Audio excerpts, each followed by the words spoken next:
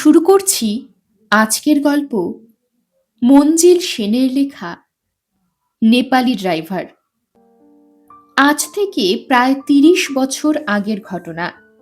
ঘটনা বলছি এই জন্যে যে এই কাহিনী যার মুখে আমি শুনেছি তার নিজের জীবনেই এটা ঘটেছিল।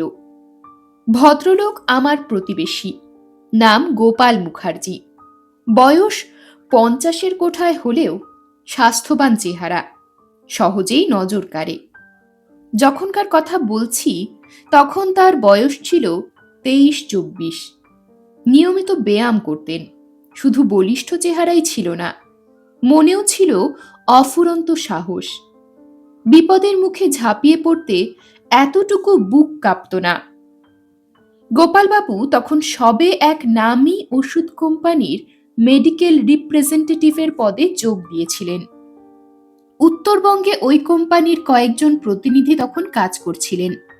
তাদের সাহায্য করার জন্য তাকে ওখানে যাবার নির্দেশ দেওয়া হলো। দার্জিলিংয়ের কাছে ওই কোম্পানির একটা গেস্ট হাউস বা অতিথি নিবাস ছিল। সেখানেই গিয়ে উঠবেন। ওখান থেকেই শুরু হবে তার কাজ।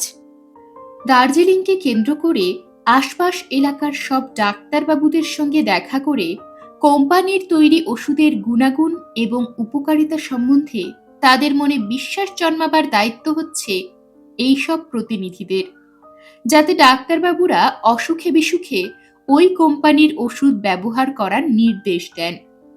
এটা অবশ্য খুব সহজ কাজ নয়। এর জন্য চাই বিশ্বাসযোগ্যতার সঙ্গে ওষুধের গুণাগুণ ব্যাখ্যা করার ক্ষমতা, যাতে ডাক্তারবাবুদের মনে প্রত্যয় জন্মায়। তাছাড়া অন্যান্য কোম্পানির প্রতিনিধিদের সঙ্গে প্রতিযোগিতার ব্যাপার তো আছেই। গোপালবাবুকে এ ব্যাপারে কিছুদিন শিক্ষানবিশ হিসেবে থাকতে হয়েছিল। তবে তার চমৎকার স্বাস্থ্য আর সপ্রতিভ চালচলন এই কাজের পক্ষে তাকে একটা অতিরিক্ত সুবিধে এনে দিয়েছিল। তাছাড়া ভরসার কথা তিনি একা নন। ওই গেস্ট হাউসে সেই সময় কোম্পানির আরো কয়েকজন মেডিকেল রিপ্রেজেন্টেটিভ ছিলেন। তারাই সব বুঝিয়ে সুঝিয়ে দেবেন। প্রথম চাকরি, তাও কলকাতার বাইরে, তাও আবার বর্ধমান বীরভূম নয়, একেবারে দার্জিলিং। গোপালবাবুর অবশ্য নিজের উপর আস্থার অভাব ছিল না। তবু বুকের ভেতরটা যে একেবারে গুড়গুড় করছিল না, এ কথা বললে মিথ্যে বলা হবে। নিউ জলপাইগুড়ি স্টেশনে যখন তিনি পৌঁছলেন তখন সন্ধে। ওখান থেকে একটা ট্যাক্সি ভাড়া করে কোম্পানির গেস্ট হাউসে যাবেন, এটাই ছিল পরিকল্পনা। কিন্তু খালি ট্যাক্সি দূরের কথা, একটা ট্যাক্সিও তার চোখে পড়ল না। এখন উপায়? রাতটা কি ওখানেই কাটাতে হবে? মনটা তার দমে গেল। গেস্ট হাউসে নিশ্চিন্ত আশ্রয়ে অন্যান্য প্রতিনিধিদের সঙ্গে কাজকর্মের ব্যাপারে পরামর্শ করে আগামীকাল সকাল থেকেই কাজ শুরু করবেন, এটাই তিনি ভেবেছিলেন। কি করবেন ভাবছেন, এমন সময় যেন অন্ধকার ফুঁড়ে একজন নেপালি তার সামনে এসে দাঁড়ালো। মাঝারি বয়স, কপালে একটা বিচ্ছিরি ক্ষতের চিহ্ন। সে কোনো ভনিতা না করেই হিন্দিতে জিজ্ঞেস করল, সাহেব, আপনি কি মেডিকেল রিপ্রেজেন্টেটিভ? গোপালবাবু একটু অবাক হয়ে জবাব দিলেন, হ্যাঁ। কলকাতা থেকে আসছেন? হ্যাঁ। কোম্পানির গেস্ট হাউসে যাবেন তো? হ্যাঁ, কিন্তু তুমি সে কথা জানলে কি করে? গোপালবাবুর বিস্ময় যেন বেড়েই চলে। সে কথার জবাব না দিয়ে লোকটি বলল, আমার ট্যাক্সিতে নিয়ে যাব, চলুন। গোপালবাবু যেন আকাশের চাঁদ হাতে পেলেন, কিন্তু এদিক ওদিক তাকিয়ে কোনো ট্যাক্সি তার চোখে পড়ল না। নেপালি ড্রাইভার বোধহয় তার মনের কথা বুঝেই বলল, ট্যাক্সি একটু দূরে আছে, চলুন। সে গোপালবাবুর সুটকেস আর হোল্ডলটা দু হাতে তুলে নিল। কত ভাড়া দিতে হবে? গোপালবাবু জিজ্ঞেস করলেন। ওখানে গিয়েই ভাড়ার কথা জেনে নেবেন, লোকটি বলল। গোপালবাবু ওর পিছু নিলেন। একটু দূরে অন্ধকারে সত্যি একটা ট্যাক্সি দাঁড়িয়েছিল। প্রথম নজরে ওটাকে দেখে ভরসা পেলেন না গোপালবাবু। এখানে ওখানে দুমড়ানো, যেন অনেক ঝড় বয়ে গেছে ওটার উপর দিয়ে।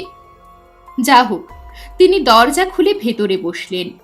নেপালি ড্রাইভার সুটকেস আর বিছানাটা তার পাশেই রেখে দিল। গাড়ি ছাড়ল। গোপালবাবু অনেকটা নিশ্চিন্ত হয়ে একটা সিগারেট ধরালেন। ওই ট্যাক্সিটা না পেলে আজ আর তার গন্তব্যস্থলে যাওয়া হতো না।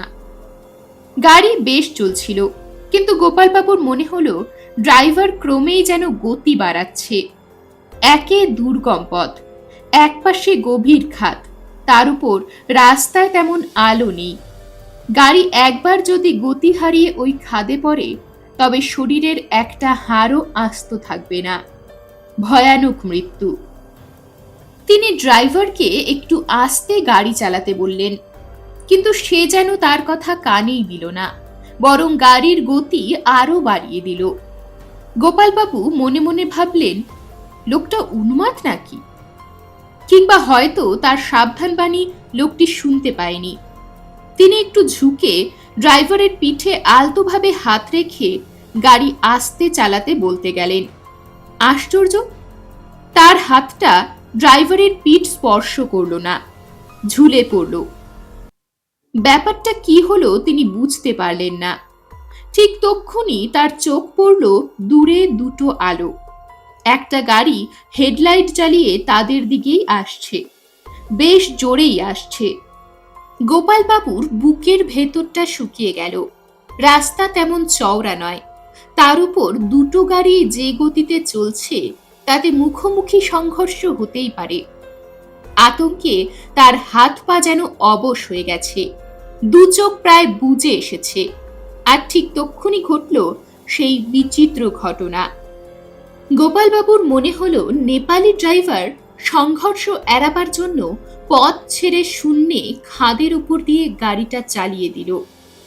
অন্য গাড়ির পাশ কাটিয়ে আবার রাস্তায় পড়ে চলতে লাগলো গাড়ি। গোপালবাবু গাড়ির মধ্যেই মূর্ছা গেলেন। যখন তার জ্ঞান হলো, তিনি দেখলেন একটা বাংলোয় তিনি শুয়ে আছেন, তাকে ঘিরে আছেন দু চারজন লোক। তার জ্ঞান হয়েছে দেখে স্বস্তির চিহ্ন ফুটে উঠল তাদের মুখে। তাদের কাছেই তিনি শুনলেন, ওটাই হচ্ছে কোম্পানির গেস্ট হাউস। তিনি বাইরে অজ্ঞান হয়ে পড়েছিলেন, তার বাক্স বিছানা পাশেই ছিল। তিনি কেমন করে ওখানে এলেন, কেই বা তাকে রেখে গেল, সেটাই তারা বুঝতে পারছিলেন না। গোপালবাবু তখন সব ঘটনা খুলে বললেন। একজন প্রবীণ ভদ্রলোক জিজ্ঞেস করলেন, ওই নেপালি ড্রাইভারের কপালে কি একটা কাটা দাগ ছিল? হ্যাঁ হ্যাঁ, গোপালবাবু জবাব দিলেন, একটা বিচ্ছিরি ক্ষত। বুঝেছি। সেই ভদ্রলোক বললেন, ওর নাম বাহাদুর থাপা। এখানে যত মেডিকেল রিপ্রেজেন্টেটিভ আসেন সবাইকে ওই নিয়ে আসত।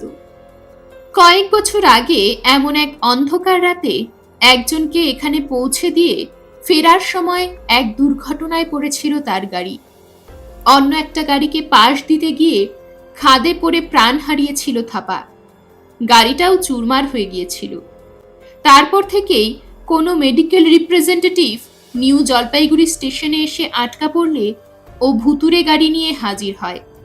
যারা পুরনো লোক ঘটনা জানেন তারা কখনো ওর গাড়িতে চাপেন না, তবে যারা নতুন স্টেশনে এসে গাড়ি না পেয়ে অসুবিধায় পড়েন তাদেরই ও দেখা দেয়, ভুতুরে গাড়িতে পৌঁছে দেয় গন্তব্যস্থলে।